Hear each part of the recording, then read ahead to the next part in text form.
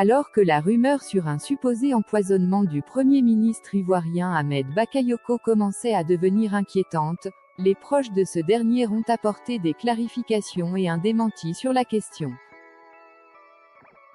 Selon un rapport des confrères ivoiriens d'Afrique sur 7, le Premier ministre Ahmed Bakayoko n'a pas été empoisonné comme ce qui se dit sur les réseaux sociaux.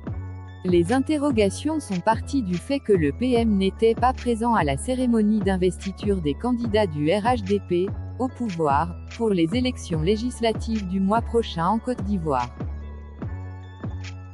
La cérémonie a été présidée par le président Alassane Ouattara lui-même et l'absence à ses côtés de son fidèle serviteur suscitait déjà des questionnements avant qu'un proche de Guillaume Soro ne dise sur les réseaux sociaux que ce dernier a été empoisonné. Mais selon les sources, le PM est effectivement souffrant mais pas d'empoisonnement. Les informations rapportées indiquent que Bakayoko souffrirait d'un coup de fatigue, et les médecins lui ont conseillé du repos et c'est exactement ce qui justifierait son absence aux côtés de son patron mardi dernier.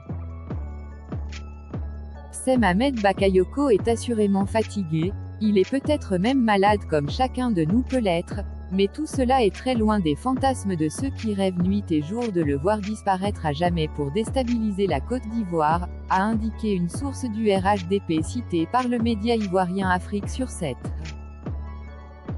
Alors que des rumeurs d'empoisonnement persistent sur l'état de santé d'Ahmed Bakayoko, on apprend ce jeudi soir qu'il sera évacué d'urgence à Paris. Le Premier ministre ivoirien serait atteint par la Covid-19 et serait mal en point, selon LSI Africa qui cite des sources exclusives. La source rappelle qu'au cours du mois de janvier 2021, le Golden Boy ivoirien a notamment effectué 2 séjours à Paris pour des soins de santé. Mais ses proches décrivent un homme considérablement affaibli au cours de ces dernières semaines.